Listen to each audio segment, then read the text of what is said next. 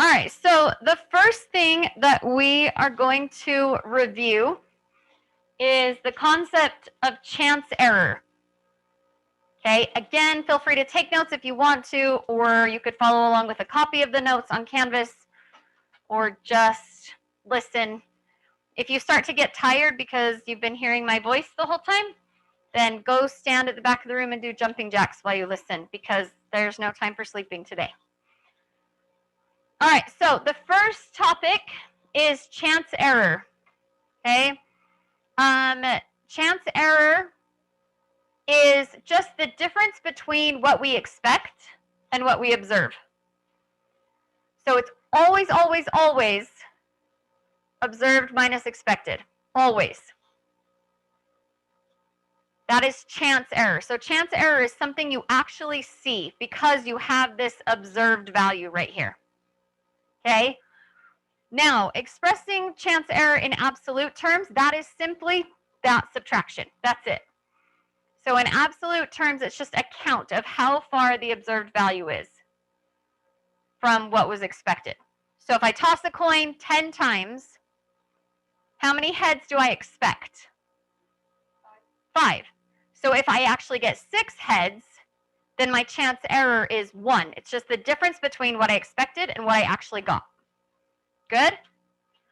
The other option is to express the chance error as a percentage.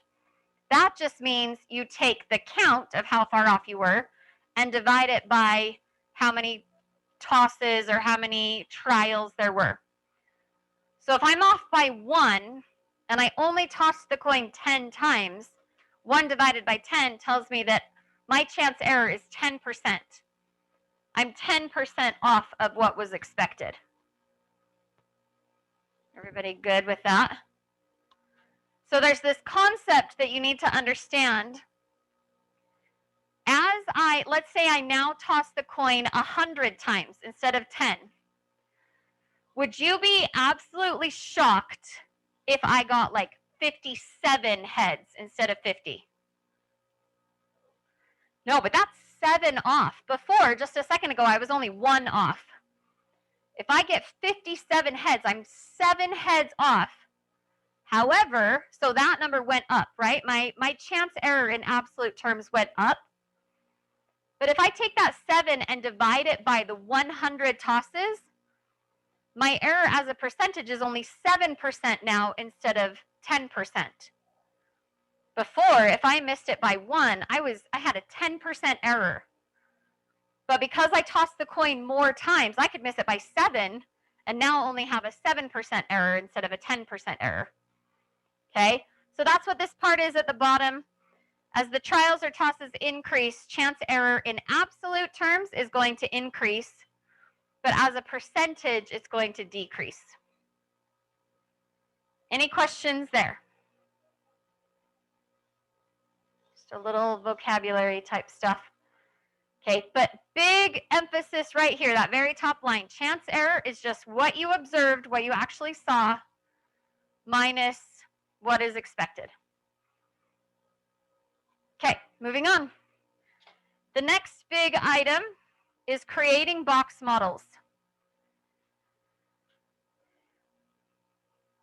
Okay, again, if it's easier for you to listen and not take notes, please listen over taking notes.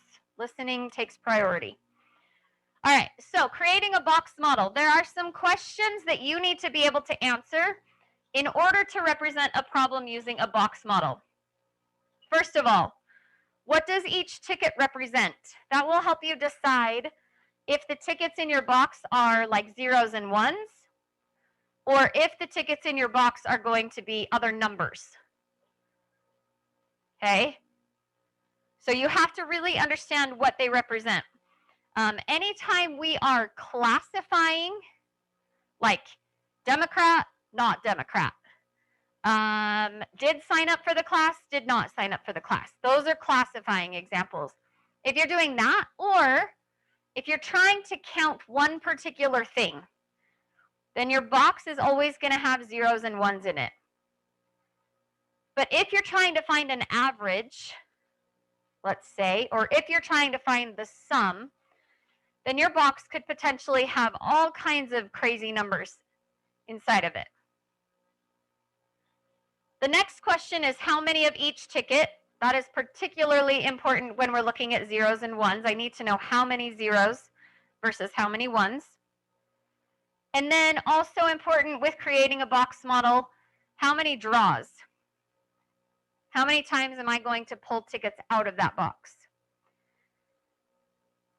Okay. Big emphasis at that bottom part, all capital letters, probably important. The box always represents the whole entire population. So if they're telling you a fact about the whole population, that is going to define your box. But if your population is the thing you don't know, then you don't really know a whole lot about your box. You're going to use your sample to make guesses about what's happening in the box, but you won't actually know what's in the box. Draws, however, represent your sample. So your sample is a part of the population. You're pulling tickets out of the population. Those tickets that you pulled out create your sample. Good? So far, so good? Yes?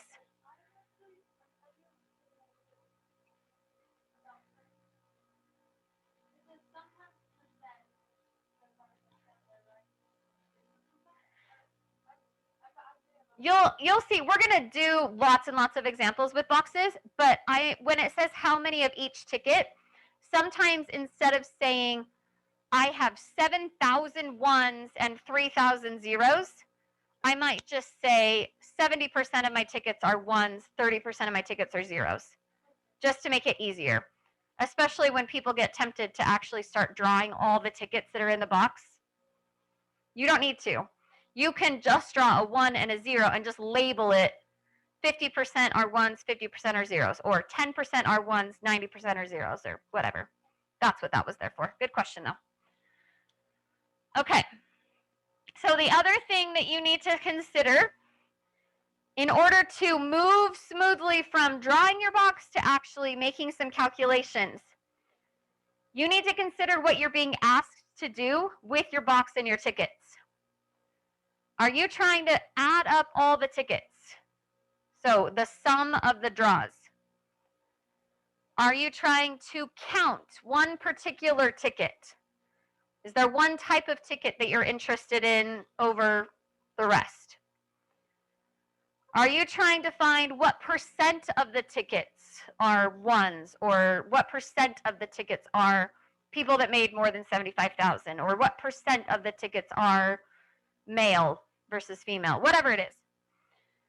The fourth option is that maybe you have a bunch of tickets with numbers on them and you're trying to calculate the average. So maybe every single ticket represents a person at Payson High School and it has their GPA written on it. Maybe my question is find the average GPA of all the students at Payson High School. Okay, so we're always going to be looking for the word sum, the word count, a percent, or an average. Why does it matter? Why do I need to make one of those four distinctions in my problems? Yeah, that will tell you which formulas to use on your blue formulas page. Sweet. Okay, so it might seem like overkill, but it actually seemed to work really well in second period. What we're going to do right now is we're going to go through your entire practice test, and we're going to look at what the box actually looks like for each problem. Whether you were asked to create a box model or not, the only one it specifically said to make a box model was on number 8. But almost every single question on this test needs a box and draws in order for you to really understand the problem, okay? Some of them are pretty tricky, so we're going to make box models out of everything right now. Okay, so the first one, not really necessary. The first example on your practice test is just tossing a coin. Therefore, I have a box there with just a 1 for heads and a 0 for tails. Why did I do 1 for heads and not 1 for tails? Do you guys know? Yeah, because it's counting heads. Whatever we're trying to count, those become our 1s. Whatever we don't really care about, those are our 0s. Okay, and it said in problem 1 that 323 heads were observed, so that's clearly what we're counting. Okay, so I don't really need a box. This particular problem is just about chance error. You could model this event with a box, but we just don't really need it. So moving on to number 2, I'm actually going to hide my screen for a second, or at least that part of it. I want you guys to read number 2 on your practice test. And it doesn't ask you to draw a box model, but I want you to do it anyway. Somewhere in the margin on your yellow practice test or on a separate sheet of paper, I don't care. I want you to think about what the box would look like. How many tickets are in the box? What is on the tickets? How many draws am I making from that box? What do I know about the draws? So read the question. It's a tricky one. See if you can determine the box.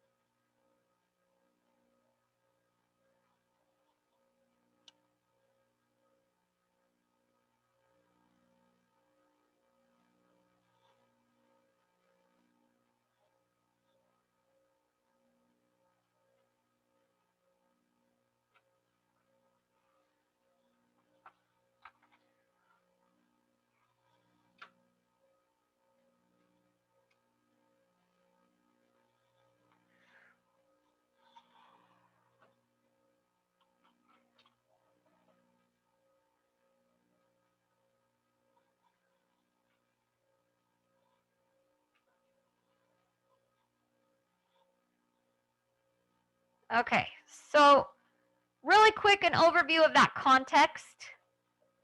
They are harvesting lumber, so they're chopping down trees and turning it into boards you could actually build with, like a 2x4. Yeah? Board feet per tree is essentially asking how much length of, let's say, a 2x4 can I get from one tree? You guys understand it's not just the height of the tree, right? Because like the tree is like, what, this big around, so there's like a 2x4 here and here and here, right? Okay, so we're trying to figure out how much overall length we can get from each tree at this new place where they're harvesting trees, okay? So what they did in this sample is they just chopped down 35 trees, and each of those 35 trees has their own number. This tree gave 47 feet. This tree gave 120 feet. This tree gave, right? They take all of those, they average it out. They found that the average of those 35 trees was 89 feet.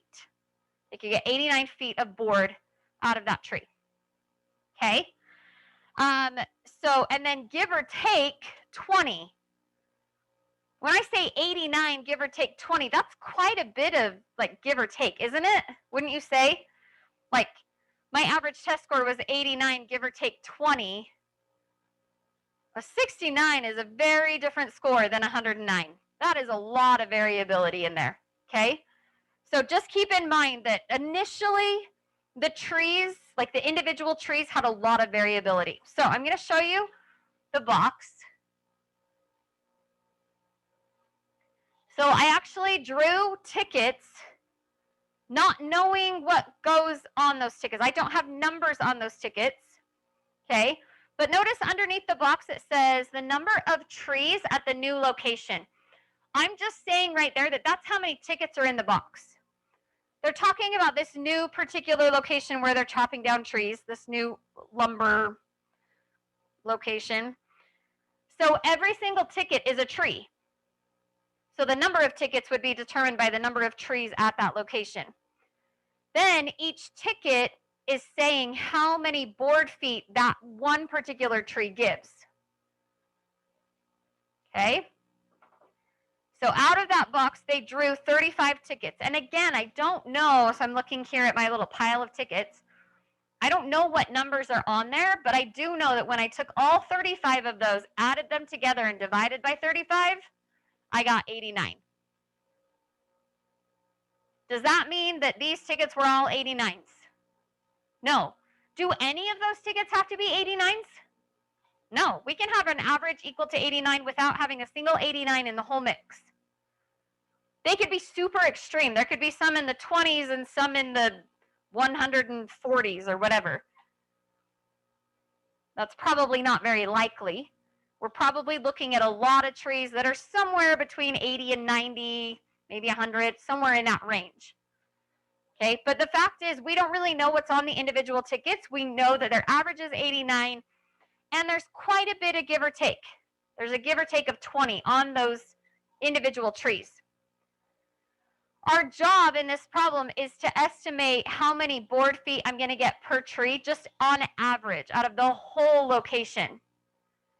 Does it seem reasonable that 89 is our guess?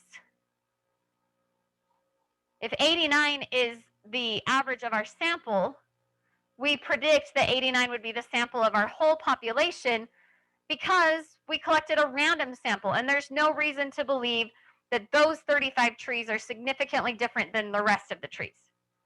Okay? But then we don't use the 20 as our give or take. We don't say we expect the average of all the trees to be 89, give or take 20. We take that SD and we turn it into an SE. How many of you did that on your practice test? Did you find an SE?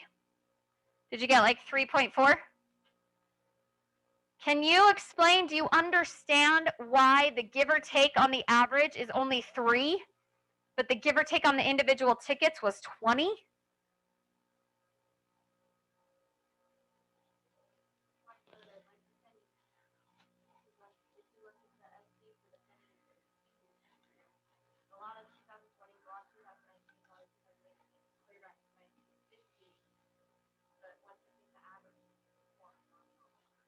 Do you guys remember that from the pennies? So huge amounts of variability when we're looking at individual tickets, which at that time our individual ticket was how old a penny was. Huge amounts of variability. But when I take 25 of those and I average them out, those super old and super new pennies kind of balance each other out, kind of cross each other out. So then our averages have way less variability. So our quarters graph was super narrow compared to our pennies graph. Same exact concept here. Okay, this is asking us to make a prediction of the average of all the trees. So the give or take on the average is much smaller than the give or take on the individual board lengths that each tree can give. Does that kind of sort of make sense? Okay, does everybody feel good about that box? Okay, really quick emphasis right here. There are not, I repeat, there are not 35 tickets in that box. Okay, 35 tickets in the sample, not in the box. Yes? So our expected value is always going to match our observed value, except that the expected value is an estimate and the observed value is known. So because we took an average of 35 trees and found that we were expecting 89 feet, we don't anticipate that if we took the average of all the trees in the whole forest that we would get much different than 89. So our expected value is also 89. Good? Okay. All right, move on to number 3. Number 3, I'm just going to show you. I'm not going to make you think about it because it already tells you what's in the boxes. So box number 1 has a 10 and a 12, just 2 tickets, that's it. Box number 2 has a 6 and a 16. Out of both boxes, we're drawing 100 times. So let's say London is drawing out of box 1 and Kenna is drawing out of box 2. Your job is to guess what they get when they add up all 100 of those tickets. What are some possible values that London could get if she's drawing out of box 1? If she's drawing out of box 1, let's say this is money. That makes it more fun.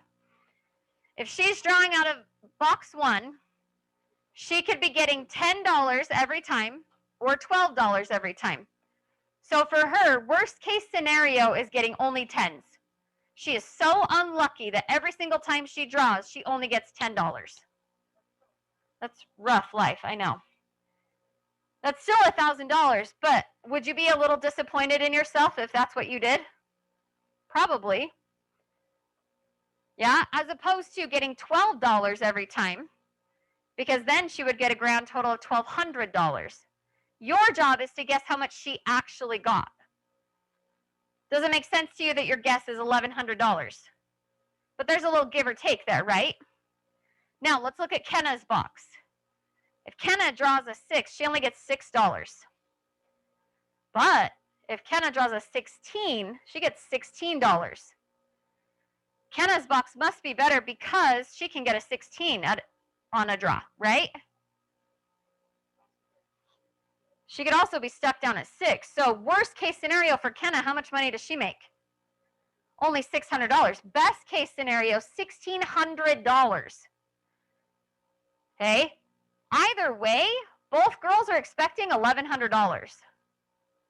But which girl's sum, which girl's grand total is going to be easier to guess? The only way they get to keep the money is if somebody in here guesses their amount that they pulled. We want box 1 because guessing a number between 1,000 and 1,200 is a heck of a lot easier than picking one number between 6 and 1,600. Does that make sense? So if on this question, if you had calculated your expected value in your SE, you would find that London's standard error, or like the expected size, or the expected error from the expected value, hers would be significantly smaller than Kenna's. The other way to do it is just think about it like we just did. Well, her number is somewhere between 1,000 and 1,200. Her number is somewhere between 6 and 1,600. Pretty sure I'll go with London's. That make sense? Okay. All right, moving on to number 4. Number 4 does not need a box, but I figured I would take the opportunity to show you what it would look like if we did. Just an emphasis here that the box is the population. So let's read number 4. It says a sample survey is conducted to estimate the percent of adult Americans, just for future reference. The percent of adult Americans, right there, it's telling you your population. If you expand that a little bit, the percent of adult Americans who use illegal drugs, that is your parameter. A number that describes those adult Americans is the percent of adult Americans who use illegal drugs. So what my box would look like, if I was using a box, I would have a ticket for every single adult American. That's a lot of tickets. If a person uses illegal drugs, then they are a 1 in my box of tickets. If they do not, then I don't care about them. They're a 0. Yes? Now, this particular problem is not like drawing from the box, though. That's why a box is kind of a stupid thing to even think about with this particular example. If this was done where, let's say, they invent some sort of magical machine. Let's say, you know the thermometers that they've been shooting your foreheads with lately? A lot. Okay, let's say I could hold that up to someone's forehead and it would tell me whether or not they have used illegal drugs. If that is how, if I collected a sample and asked all of those people, not asked them, just held the gun to their forehead. No, that sounds terrible. I did not hold a gun to their head. I pointed the magical machine at their forehead, okay? Anyway, so if I have a way to determine if they've used illegal drugs where they don't have a chance to lie to me, then I could use a box model. But when somebody has a chance to either be honest or not so honest, it's not like drawing random tickets out of a box anymore.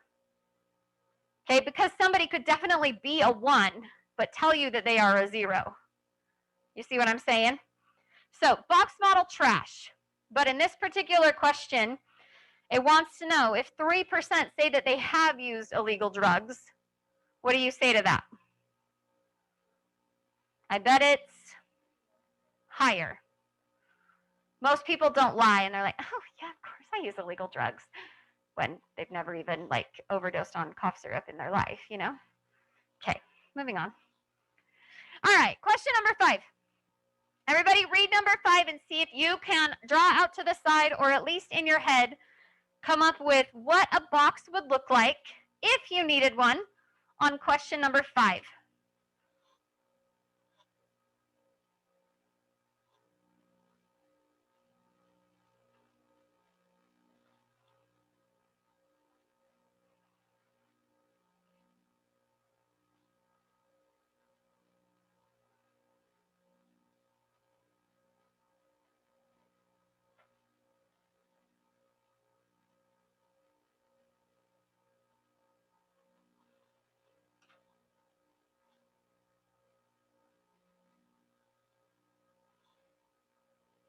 Just raise your hand if you have an idea of what the box would look like on number 5. I just want to give you a chance to think about it before I just tell you everything today. If you've got it, go ahead and look up at the screen and see if that seems reasonable to you.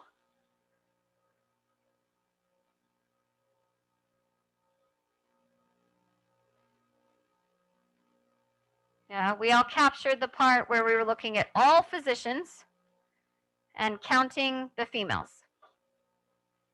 Yes.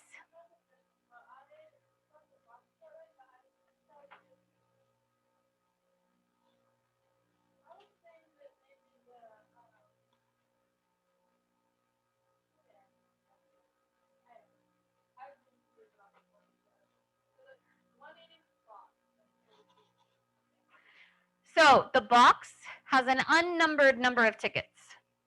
We don't know. But we pulled out 180 of those tickets. They're just sitting in a pile next to the box. And 42 of those happen to be 1s. Yeah? Everybody okay with that? Okay. So again, emphasis, there are not 180 tickets in that box. There are way more than that. There are also not only 42 1s. There are way more than that. Okay?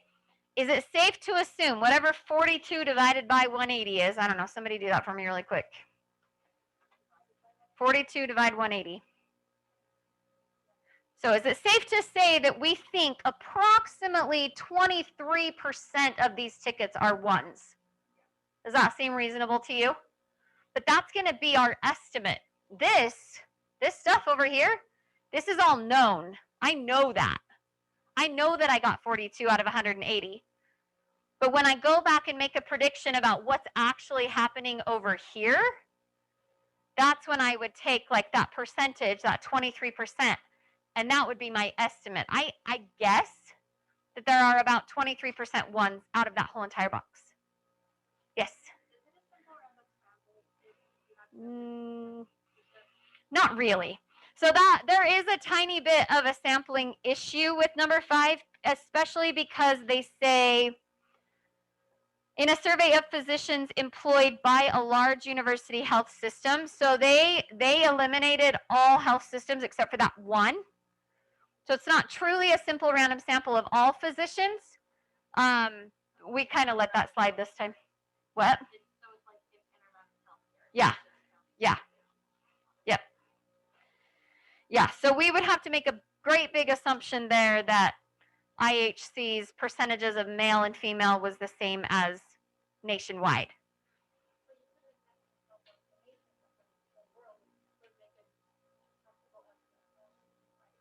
Yes, absolutely. Precisely. And you could even, if you could find any sort of evidence to support that IHC is similar to healthcare systems nationwide, then you could say we can also infer nationwide, blah, blah, blah.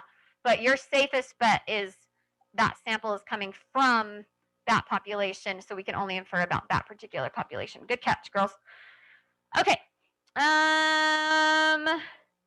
Oh, so a quick emphasis on number 5, that the 42 is an observed value. That's part A. SD of the box. Notice this note that I wrote here, that the box is completely unknown. So do I know the SD of the box? No. So when you answer part B, that is definitely an estimate. Also, when you answer part C, if you look at your formulas page, every single time you calculate an SE, it says to use the SD from the box. But since that was estimated, so is the whole entire SE. So part C is also an estimate. Good? Yes? Maybe? Okay, I'll just keep talking to myself. That's fine. All right, number 6 doesn't really need a box, but, you know, just because I can, I did. So number 6, this survey, it's from the people in a particular city, so whatever city it is. Every single ticket represents a person in that city. And the ones on the tickets would be the people that were displeased with the roads.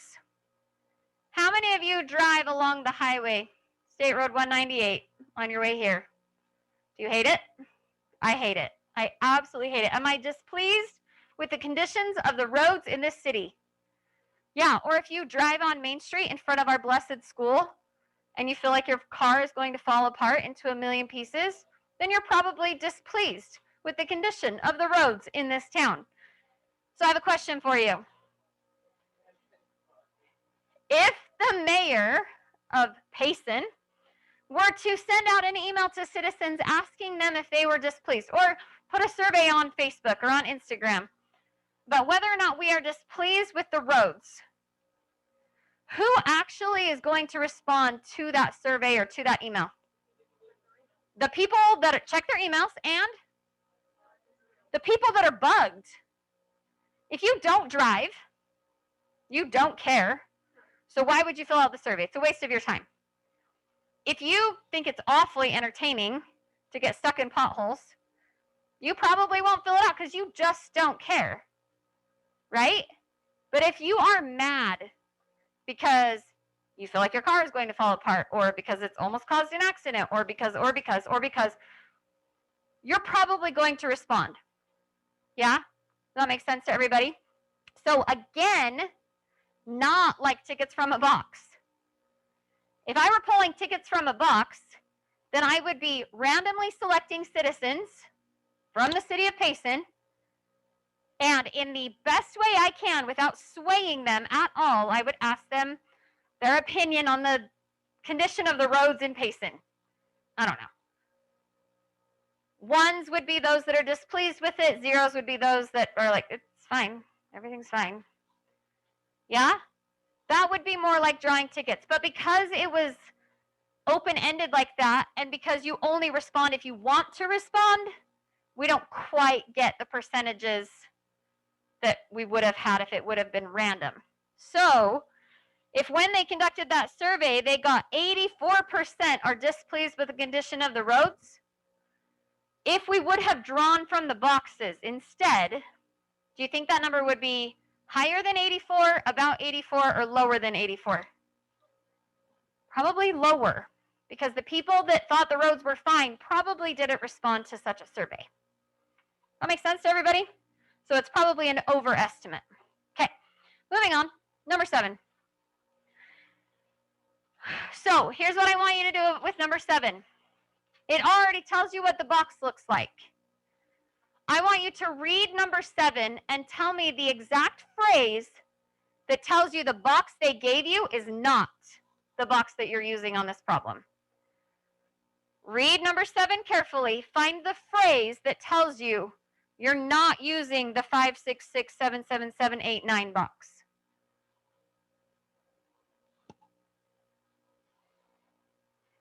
Tickets marked 6. It would seem That we don't care about the 5s or the 7s or the 8s or the 9s.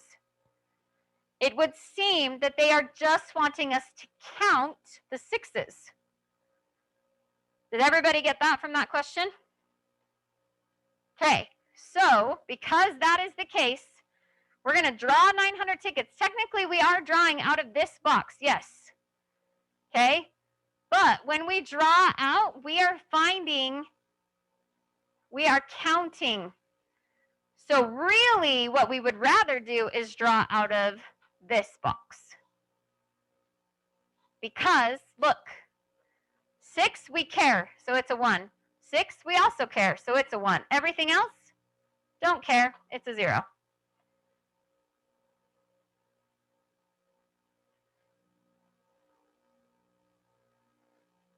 Do you understand why the sum of 900 draws out of this box would be the same as counting the 6s in this box? Yeah? If I'm drawing out of that top box, then I pull out a ticket and yes, it's a 6 or no, no, no, yes, yes, no, no, yeah?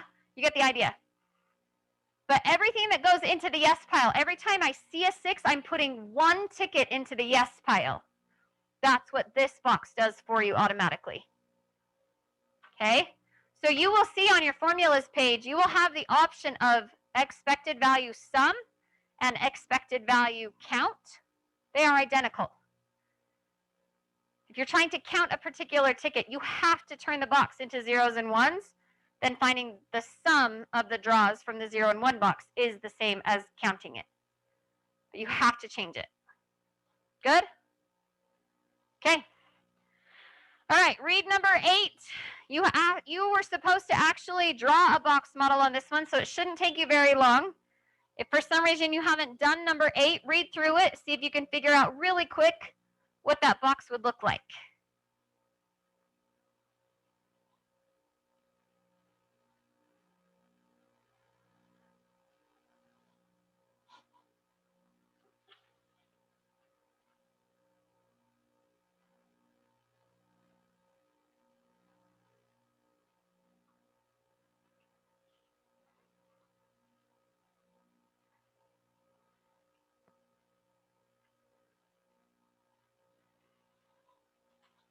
So, a couple of options on number 8. You can see that I gave the option of just drawing a ticket with a 1 and a ticket with a 0, but then labeling the 30 and 70%. Yes? Why does that? Okay, it's fine. I don't really want it to highlight then. Whatever. Label. When you create a box model, though, I need to know what your 1 represents. So that part that I wrote right here, that the 1s are the people that do enroll in personal finance, that is actually important. You have to label those. Is there anything wrong with this other option for a box?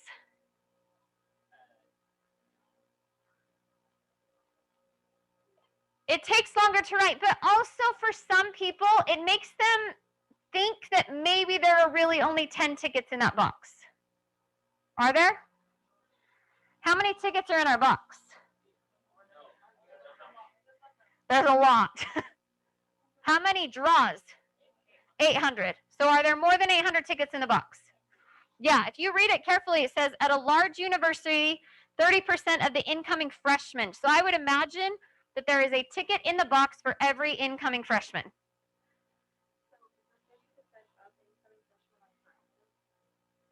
Yeah, it is. So this is one rare time when we actually know the parameter. Yep. Good? Okay.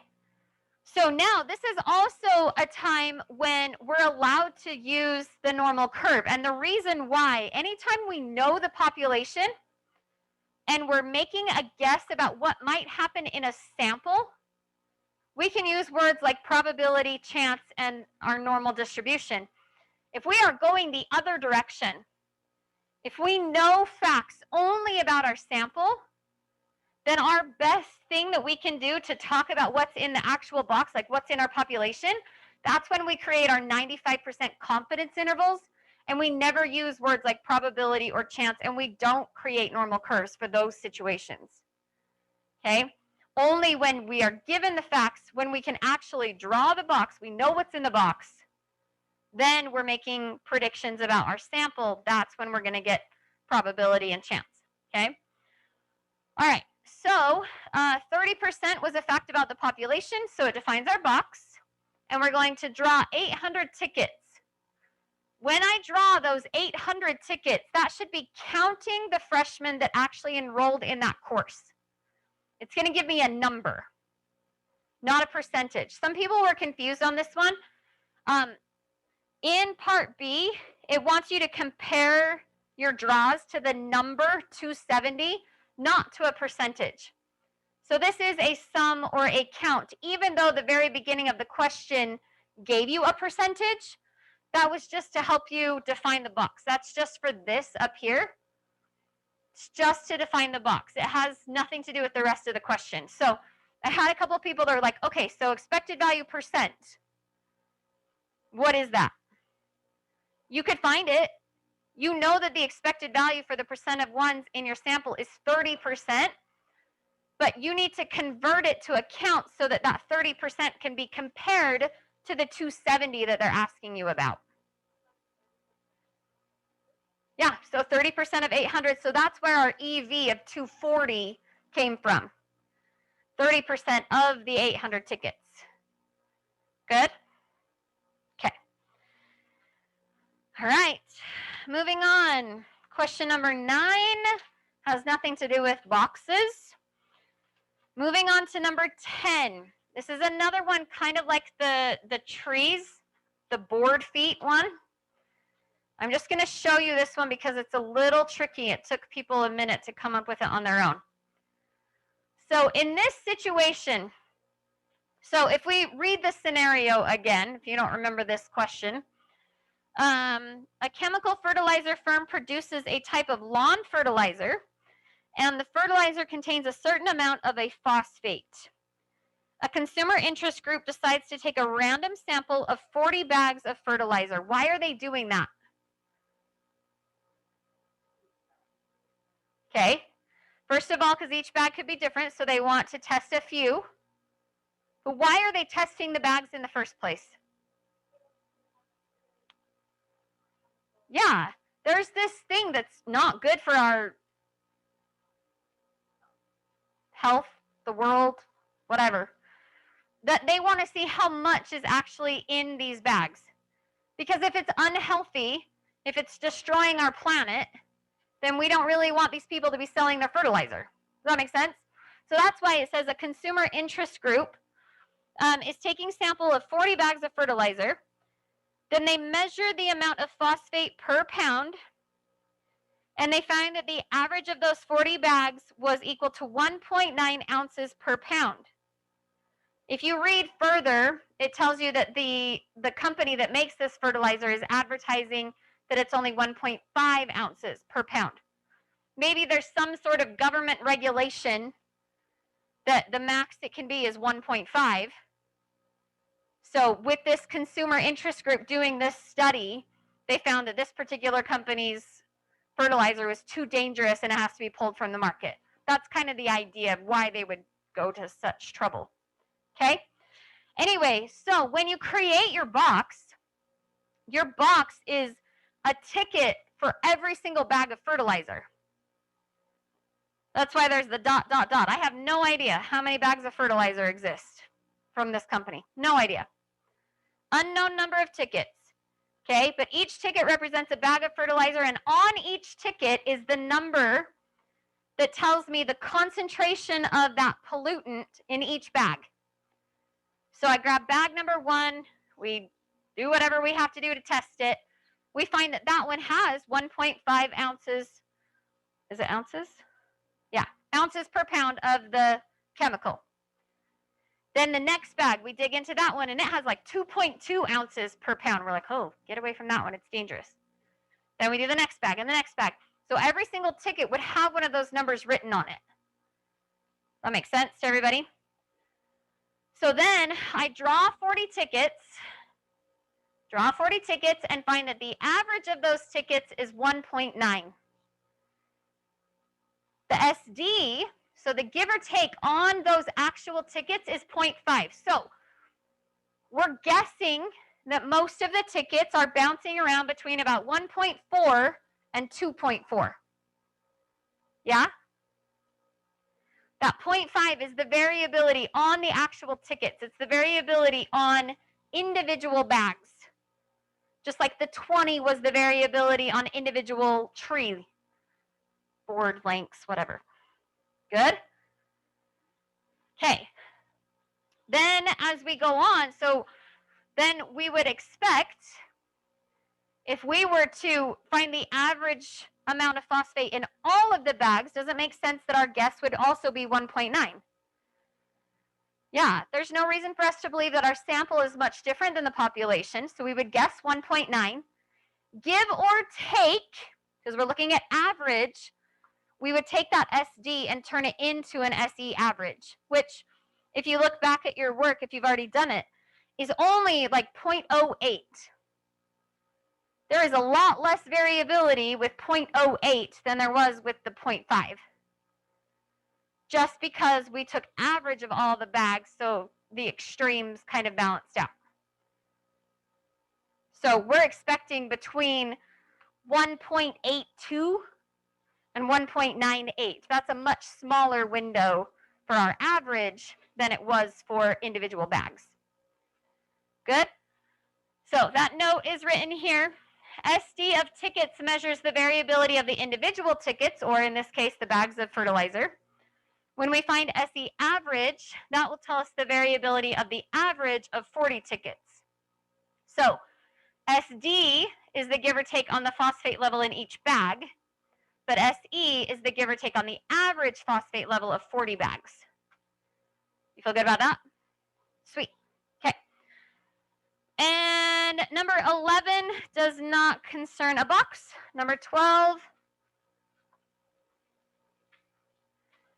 is number 12 going to be represented by draws from the box? I don't know why you would lie about whether or not you jog, but you could. True? Okay, so again, not really draws from the box, but all Americans are in there because that's who their question was about. Ones would represent people that like to jog. And then it looks like they drew 1,600 tickets if this was random. So if everybody had to be honest, then it would be like 1,600 draws from the box. Good? Okay, moving on to the next piece of notes. Just a quick review, or mostly, I guess, just pointing out some tidbits about your formulas page. So everybody look at your blue formulas page. It occurred to me the other day that I never really explained to you guys why the formulas page was organized the way that it is. When you look at the top section, so mine's yellow, but it's the same sheet you have. These first 5 lines, these are all pertaining to boxes where the tickets have a variety of values. A bunch of random numbers, maybe it's the board feet per tree, maybe it's the level of phosphate in a bag of fertilizer, maybe it's whatever it is. These are formulas that you will use when the tickets are just different numbers, and a lot of times we don't know the values on the actual tickets. Okay? So in that situation, you would be either asked to find the expected value of the sum or the expected value of the average. Yeah? Quick note here, this SD of the box, if you have a bunch of tickets with a bunch of different numbers and you're trying to find the SD, that's that long process where you list out all the tickets, subtract the average from them, square it, find the average, take the square root. Or they could possibly give you the SD, is the other option. When you're finding SE average, 99% of the time, they're going to give you your SD of the box. Because usually when we're finding the average, we don't know what the values on the individual tickets are, so there's no way we could even do it by hand, even if we wanted to. Okay? I made a note on your page, on your formulas page, next to EV average right here. It says average of the box. But if you are given the average of the draws, then your expected value for the average of the box is the average of the draws. So it's the average that you're given whether you are given the draws or the box. It doesn't really matter. Your expected value and your observed value should match. And then I wanted to make a note about confidence intervals down here. So a 95% confidence interval for the average would be the average from the sample, give or take 2 standard errors from the average, or SE averages. Everybody okay with that? Yes? We've practiced that quite a bit lately. But here's some wording that you need to be careful with. When you calculate a confidence interval, your wording is that we are 95% confident that the average for the entire population is in that interval. We do not use the words chance or probability here. So this is the situation where we know some information about the draws. We don't know what's in the box. We just took some tickets out of the box and we calculated their average. We are, with our confidence interval, describing where we think the average of the box lies. And it's between those two numbers. Okay? But a couple of super important, they deserve 3 asterisks apiece. Asterisks? I don't know. First, this does not mean that 95% of the tickets are in that range. So going back to an example that we just did, we found that the average level of phosphate was 1.9. Everybody remember that number? Does that mean, so our interval was like 1.7 to 2.1. Does that mean that 95% of the bags of fertilizer have a phosphate level between 1.7 and 2.1? The answer is no. It just means that we are 95% sure that the true average of phosphate levels is in that range. It is possible, though, that there is not a single bag with a phosphate level in that range, because our 95% confidence interval is just talking about average. It is not talking about individual tickets, ever. Yeah? If I said I was 95% confident that my test average is between 70 and 90, do you understand that it's possible that not a single one of my students scored between 70 and 90? But I could still be confident that my average is in there. It's weird, but it's possible. Okay? Confidence intervals are never, never, never about individual ticket values. They are always about either average or percentage. Okay?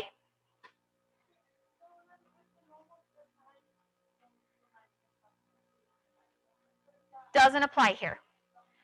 The normal curve only applies if we know what's in the box and we're guessing what's in the sample. With confidence intervals, we're going the other direction. You know what's in the sample. That's all you know, which is more normal, right? You would collect data from a sample and you would infer information about the population. Okay? The problem with the word chance and probability is that really, truly, if I had all my resources available to me, I could calculate the phosphate level of every single bag of fertilizer. And I could find that average because that average already exists. So I can't say there's a 95% chance that it lies between 1.7 and 2.1. It's either in there or it's not. I don't know. But there's not a 95% chance that it's in there. It's either a 100% chance or a 0, because it's in there or it's not. I can be 95% confident that it's in there. Or another way to say that is if I repeated this process 100 times, 95 of my confidence intervals would actually have that true average in the interval. 5 of them probably wouldn't out of 100 times if I repeated the process. You follow what I'm saying, kind of, sort of? Okay. All right, moving on before we run out of time. Okay, so we got that. The other set of formulas all are based on zeros and ones. Okay? So notice I put an extra thing here. EV count is the same thing as EV sum. Those formulas are not different. But this is nice.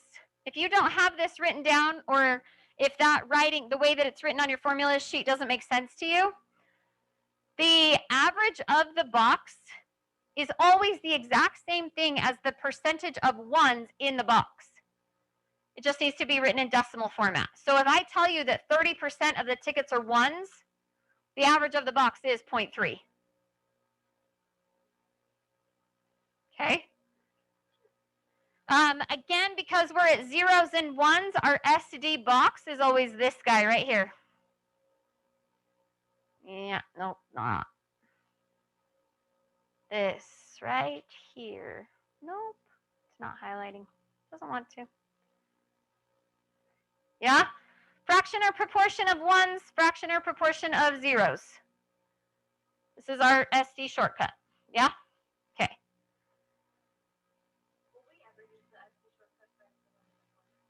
No.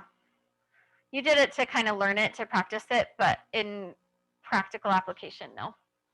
Good question. So you will only use this SD shortcut, if you didn't hear Lennon's question, you will only use the SD shortcut with ones and zeros on this test. When I had you do it with other numbers, it was just for practice. Okay? All right. Normal curve. There is a note here. We only use it to find the probability or chance that the draws are going to turn out a certain way when I already know the box or the population. And the normal curve just looks like this. Your expected value is the middle number, and your SE is the spaces. All right, quick run through of vocabulary. There's 2 quick pages of vocabulary I need to hit on. A sample is a part of the entire population. Pretty straightforward. A parameter is a numerical fact about the population. With the exception of one problem on your review, that is the thing we're trying to find, not a piece of information that we already know. The one time it gave it to you was question number 8, I think. At a large university, 30% of incoming freshmen enroll in personal finance. That is the one time they gave you a parameter. The rest of the time, it's a percentage or an average or a count that we don't know that we want to know. A statistic, on the other hand, is a numerical fact about the sample. That's usually what we do know. Statistic comes from a sample, and generally speaking, our calculations are coming from our samples. Okay? Sampling error. There is one scenario where you do not have sampling error. Anybody know what it is? It's when your sample and your population turn out to be the same exact group of people. Okay, it's called a census. A census is when we collect data from the whole entire population. Yeah, or that, do you remember that question where the administrator went and found the list of every student? Okay, so that means that our sample and our population are the same. So sampling error is just when we anticipate that the sample and the population are slightly different. So there's a little bit of leeway with our guesses.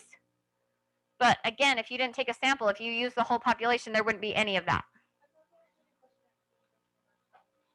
Yep.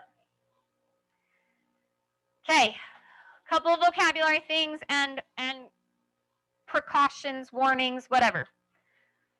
What is selection bias?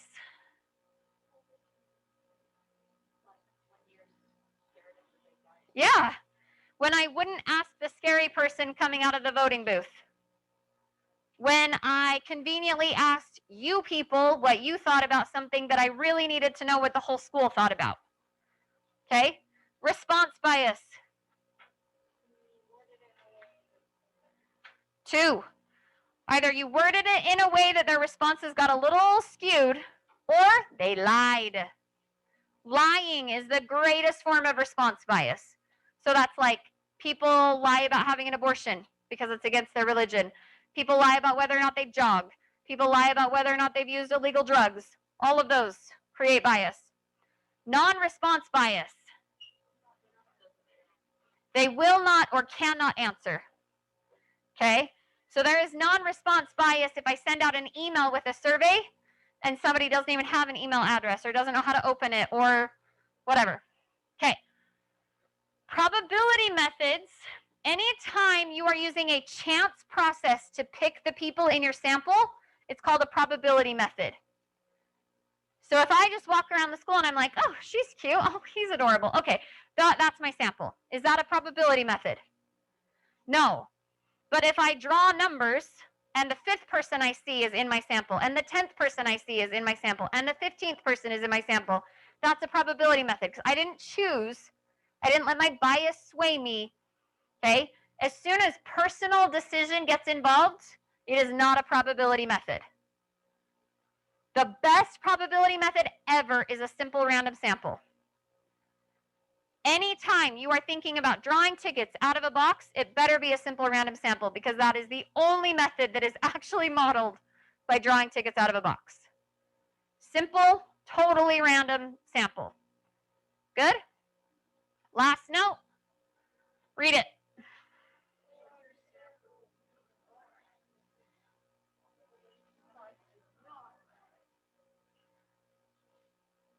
Got it? Okay, I will see you on test day.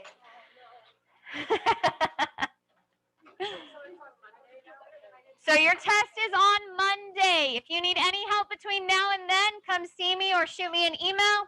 This video will be posted as well as those notes. Bye.